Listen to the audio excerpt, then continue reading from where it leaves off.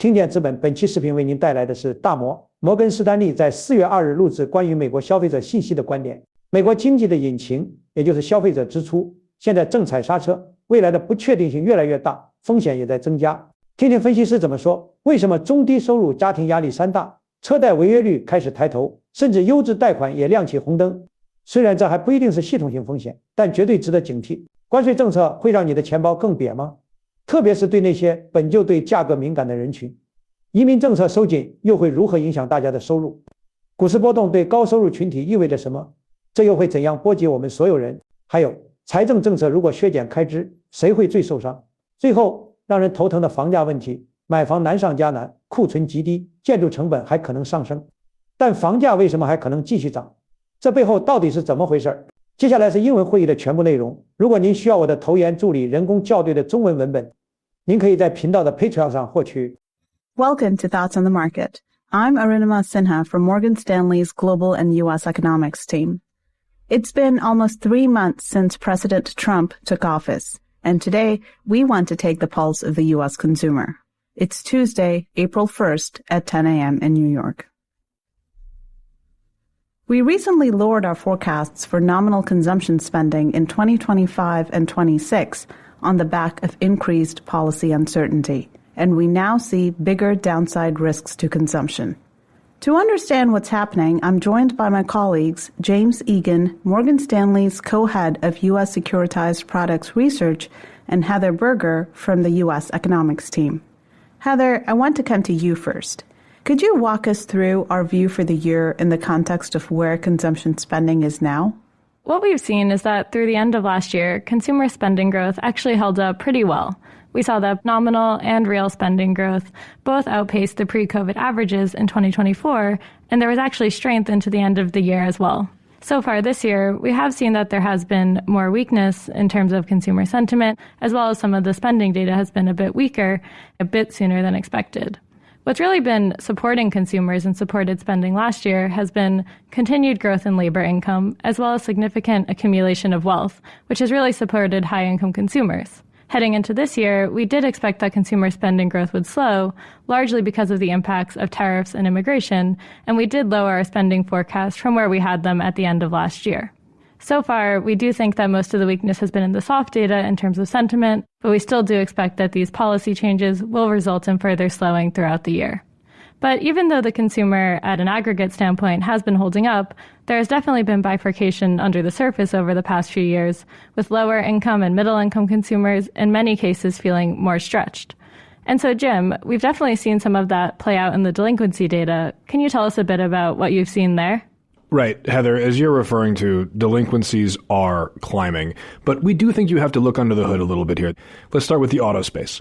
Delinquency increases started with lower credit score, lower income consumers, but recently we've seen delinquencies start to rise for prime auto loans as well. If you look at the mortgage space, and given how tight lending standards have remained over the course of the past 15 to 17 years since the great financial crisis, we're talking about a prime consumer there. Delinquencies are rising, but they're rising in smaller corners of the market. For instance, the non-qualified mortgage space, which makes up roughly 1 to 3% of annual originations. And we think it's important to note that these increases aren't uniform across product types. When we look at unsecured consumer products or credit cards, we aren't seeing the same amount of increase in delinquencies that we've noted in the auto space. On top of that, if we do look at autos and also the mortgage space, delinquencies are increasing. And while defaults and losses are higher too, they aren't increasing at the same rate that the delinquency climbs would suggest. That means that the consumer isn't rolling into default at the same rate that they have historically. When you put it all together, this increase in delinquencies, it is definitely worth paying attention to, and we are paying close attention here. However, from the perspective of securitized products, it's not necessarily something that has us moving all the way towards cautious just yet. So delinquencies have risen, but not necessarily a systemic risk yet. That said, we're still expecting consumer spending growth to slow this year because of some of the policy impacts that I mentioned. So, Arunima, can you tell us a bit about our expectations around tariffs and what that means for the consumer moving forward? We looked at the 2018-19 experience to think about how it could matter for consumers today. The one aspect of tariffs is that consumers may be able to engage in expenditure switching. So you try to buy a similar product which is at a lower cost. But with broader tariff uncertainty, that may be less feasible. Using the 2018-19 experience, a Fed study found that different cohorts of consumers are differentially exposed to tariffs. We already know that the lower income cohorts have faced higher inflation rates due to the different types of expenditures shares that they have. In our view, the effects on consumer spending from tariffs could be even more exacerbated this time around because a lot of the changes in import shares that had to occur have already been done. And what about some of the impacts on the wealth and immigration fronts? To think about the wealth effects for the U.S. consumer, we have to think about how wealth has been changing.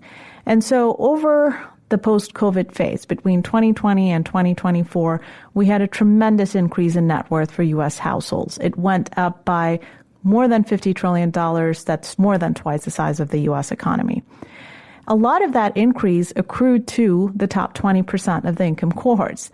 You now have an income cohort that is more exposed to the equity markets than they were in the past. If the downdrafts in the equity markets are perceived to be more permanent by this particular income cohort, they could begin to pull back on spending. That's going to permeate through the economy. And then to think about immigration, we do need to think about which effects are going to dominate. Is it going to be the supply effects or the demand effects? We think that it'll be the supply effects from reduced immigration that are going to matter, just given the characteristics of the immigrants who are coming in. They're younger, they have higher rates of labor force participation and employment, but they typically are in the lower to middle income cohorts. So that means when you reduce the size of the labor force, as the growth of the labor force moderates, it begins to moderate the labor market income, which is the primary driver of consumption for the lower and middle income cohorts. So, Heather, could you walk us through what the impact could be on the consumer from some of the changes in fiscal policy that are being talked about? In our base case on the fiscal side, we expect that the Tax Cuts and Jobs Act will be extended by the end of this year, and there may be a few add-ons, but we don't really expect any meaningful additional spending cuts. If we were to get more spending cuts, either from the budget or from DOGE, we think that this poses further downside risk to consumption growth and to GDP growth, especially if these cuts are in areas with larger multipliers, such as entitlement programs. Similar to tariffs, if we did make cuts to transfer payments, this would likely impact lower-income consumers more. I will say that one positive on the fiscal front is that so far, the average size of tax refunds and the total dollar amount of tax refunds has been trending high relative to recent years. So this could provide some incremental boost to incomes in the near term. To round off, Jim, we need to talk about the housing market. What do you think is going to happen to house prices this year? Okay, so to think about the trajectory for home prices in the United States this year, we have to take a number of things into account. One of the things that we've said on this podcast many times, affordability in the U.S. housing market is stretched. One of the reasons for that, we're not going to go into the lock-in effect here, but the inventory of homes available for sale is very low. The three of us also just co-authored a note talking about tariffs. A lot of uncertainty there, but when we think about the materials that go into construction, a large percentage of them, we estimated about 24%, are imported. So while there is some uncertainty on that front, that should provide some upward pressure from a pricing perspective. Let's say home prices were to go up 5%. You would need mortgage rates to come down roughly 50 basis points to keep affordability flat, all else equal. This is also happening at a time, like more of these primary effects are in the new home market, not the existing market. New home sales are making up their largest share of monthly transaction volumes since 2006. We also continue to subscribe to the fact that we're underbuilt in the U.S. housing market. Builder sentiment has been soft the past 2 months. Single-unit housing starts, they've effectively been muddling along for the past 8 months at this point. Conservatively, we think we're 1.1 million units shy of where we need to be. That's going to also provide upward pressure to the U.S. housing market. We don't think with this affordability challenge that you're going to see weaker sales volumes from here. We think turnover in the U.S. housing market is effectively at its lows right now. And purchase applications, those are up roughly 5% in both February and March, All of this combined, we think, is going to introduce a little bit of upward pressure to home prices. We're moving closer towards our bull case from our 2025 outlook. That bull case was plus 5% year-over-year home price growth. Maybe not all the way there, but sustained growth in U.S. home prices. Jim and Heather, thanks for taking the time to talk about the U.S. consumer and the different policy catalysts that'll matter. And to our listeners, thanks for listening. If you enjoy Thoughts on the Market, please leave us a review wherever you listen and share the podcast with a friend or colleague today. The preceding content is informational only and based on information available when created. It is not an offer or solicitation, nor is it tax or legal advice. It does not consider your financial circumstances and objectives and may not be suitable for you.